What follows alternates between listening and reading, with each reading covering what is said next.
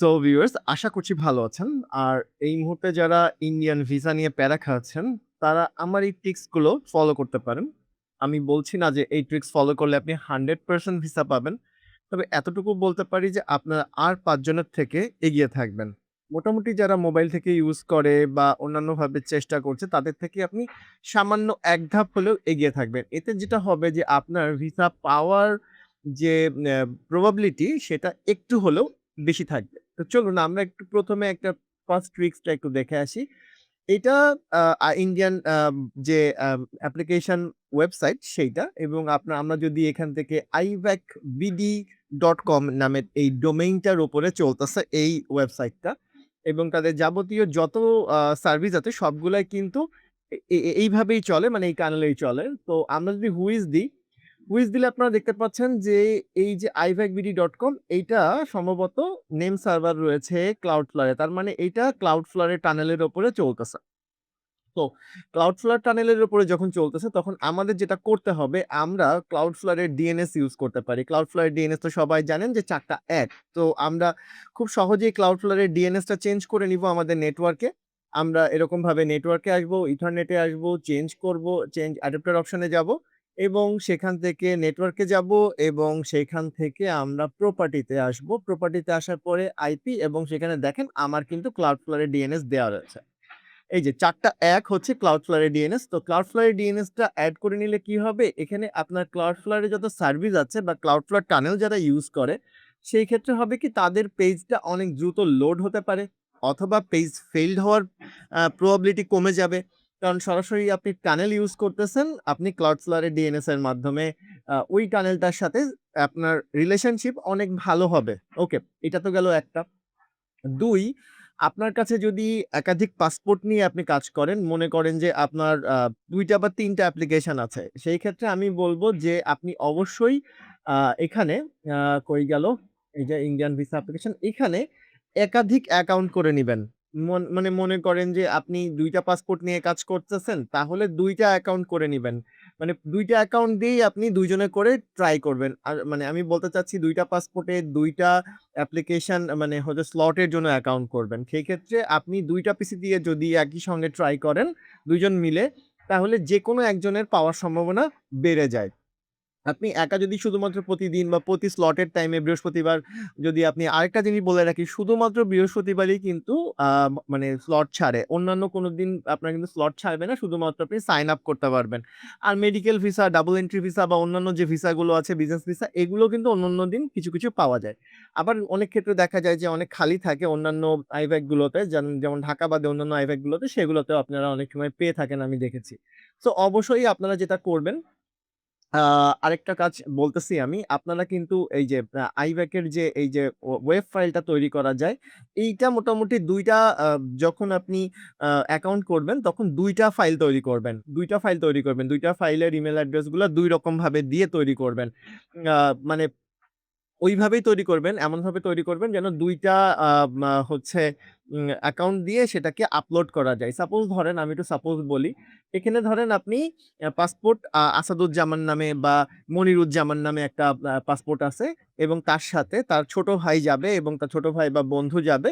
ধরেন রাসেল জামান যাবে। ঠিক আছে? তো আপনি ১ম এ করবেন কি এইখানে হচ্ছে মনিরুজ্জামান বা আসাদুজ্জামান এই নামের যে অ্যাকাউন্টটা আছে সেইটাতেও আপনারা ২ টা ফাইল আপলোড করার ট্রাই করবেন এবং আরেকটা যেটা আছে সেটাতে ২ টা ফাইল তৈরি করা। আমি কিন্তু এভাবেই হচ্ছে আমার ওয়েব ফাইলগুলো তৈরি করেছি। একাধিক ওয়েব ফাইল তৈরি করেছি। আপনি একাধিক ওয়েব ফাইল তৈরি করতে পারবেন। একাধিক আপনার আ হচ্ছে মানে এই অ্যাপ্লিকেশন মানে স্লটের জন্য যে অ্যাকাউন্টটা এইটা কিন্তু আপনি একাধিক তৈরি করতে পারবেন না। সো এটা একটাই তৈরি করতে পারবেন একটা পাসপোর্ট দিয়ে। সো সেই ক্ষেত্রে আপনি করবেন কি? এটা দা যে কয়টা পাসপোর্ট আছে সেই কয়টা পাসপোর্টের এগেইনস্ট এ ওই কয়টা কিন্তু আপনি করে রাখবেন। করে রাখলে হবে কি আপনি মাল্টিপল পিসি থেকে মাল্টিপল অ্যাকাউন্ট থেকে আপনি ট্রাই করতে পারবেন। এইটা গেল। এটাতে আপনি আরেক ধাপ এগিয়ে গেলেন। অনেকের ক্ষেত্রে এই সুযোগ থাকে না। যাদের কাছে অনেকগুলা পাসপোর্ট বা যারা ৪ টা পাসপোর্ট নিয়ে কাজ করবেন তাদের জন্য এই অপশনটা আগিয়ে গেল। ওকে। সেকেন্ড যে অপশনটা রয়েছে, আপনি যখনই ডেট পাবেন, ডেট পাইলে এটাকে আপনি ডুপ্লিকেট করে নিবেন। মানে ডেটের যে অপশন আসবে তখন এটাকে আপনি ডুপ্লিকেট করে নিতে থাকবেন।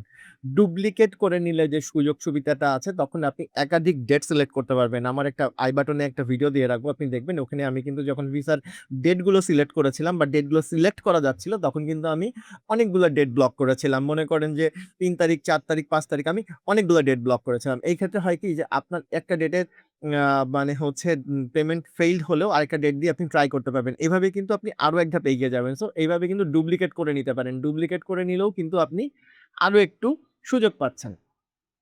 একদম 3rd এবং সবথেকে ইম্পোর্টেন্ট এবং এইটা করলে আপনি 100% সবার আগে লগইন করতে পারবেন।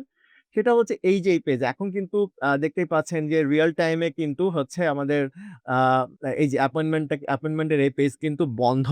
মানে এই আ যে শিডিউল বুকিং এর যে অপশন, এই অপশন কিন্তু অফ। সো ভিউয়ার্স আপনি একটা কাজ করবেন। এরকম এই যে কন্ট্রোল এস দিয়ে আ এই পেজগুলোকে সেভ করে রাখবেন। সেভ করে রাখলে হয় কি অনেক সময় পেজ লোড হতে অনেক সময় লাগে বা পেজ লোড হওয়ার সময় ঝামেলা করে। সেই সময় করবেন কি আপনি জাস্ট সরাসরি আপনার সেভ করা পেজ থেকেও আপনি এখানে অ্যাক্সেস করতে পারবেন। আমি যেটা আমার ক্ষেত্রে করেছি আমি সেভ করা পেজ থেকেও আমি অ্যাক্সেস করতে পেরেছি। তো এই জিনিসটা আপনাদের মাথায় রাখবেন। আপনারা কিন্তু এই যে যেমন এখন কিন্তু এইটা বন্ধ রয়েছে। তারপরেও কিন্তু আপনি চাইলে সেভ করা পেজ থেকে এটাকে অ্যাক্সেস করতে পারবেন। বাট এখন পারবেন না। যখন আপনার ওয়েব পোর্টালটা অন হবে তখন কিছু সোর্স ফাইল বা কিছু ক্যাশ ফাইল বা কিছু সেভ ফাইল থেকে ও ডেটা সংগ্রহ করবে। তার মানে আপনি এখানেও এক ধাপ এগিয়ে যাবেন যখন আপনি সেভ করা ফাইল অ্যাক্সেস করবেন বা সেভ করা ফাইল থেকে আপনি ঢোকার চেষ্টা করবেন। সেটাও কিন্তু পসিবল হয় অনেক ক্ষেত্রে। হ্যাঁ, এটা কিছু ক্ষেত্রে কিন্তু কাজ করে না। আমি এটাও বলে দিচ্ছি। বাট আমার ক্ষেত্রে আমার পার্সোনালি আমার ক্ষেত্রে কাজ করেছিল। সো এই ট্রিকস অ্যান্ড টিপস গুলা ফলো করলে কিন্তু আপনারা অনেকখানি এগিয়ে যাবেন। এবং সবথেকে মজার ব্যাপার হচ্ছে যে সবথেকে ইম্পোর্টেন্ট যে বিষয়টা সেটা হচ্ছে যে আপনারা আ এই দেখেন আমি কিন্তু আমার স্ক্রিনশট ছিল আমি যখন আমার পেমেন্টটা সাকসেসফুল করেছিলাম এবং আমি কয়েকবার কিন্তু আমার সেশন ফেইলড করেছি। আপনারা দেখতে পারেন কয়েকবার সেশন ফেইলড করার পরে আমি একদম লাস্ট পজিশনে যেয়ে আমি নগদ দিয়ে পেমেন্ট করেছিলাম। সো এই জিনিসটা মাথায় রাখবেন। আপনারা নগদ বা অন্য কোনো পেমেন্ট গেটওয়ে ইউজ করবেন উইথআউট ব্যাংক। যদি আপনি ট্যাপ ইউজ করেন, ট্যাপ ইউজ করতে পারেন। এখানে ট্যাপের অপশনও রয়েছে। সো আমি বলব যে আপনারা অন্য কোনো পেমেন্ট মেথড ইউজ করবেন। এখানে একটু দেখাই আপনাদের। আমার যখন আমি পেমেন্ট করেছিলাম এর আগে একটা ভিডিও দিয়েছি। সেই ভিডিওর স্ক্রিন রেকর্ড এর একটা অংশ এটা। সো এখানে যে আপনি নেট ব্যাংকিংটা স্কিপ করবেন, কার্ডও স্কিপ করবেন আমি বলব। সেক্ষেত্রে মোবাইল ব্যাংকিংটা সবথেকে ভালো আমার কাছে মনে হয়। সেক্ষেত্রে আপনি বিকাশের যে টানেল সেই টানেলে কিন্তু প্রচুর পরিমাণ প্রেশার থাকে। সো বিকাশের টানেলটাকে স্কিপ করবেন এবং সবথেকে বেস্ট আমার কাছে যেটা মনে হয় নগদের টানেলটা সবথেকে ভালো। এছাড়াও আপনি এইগুলো থেকেও ট্রাই করতে পারেন।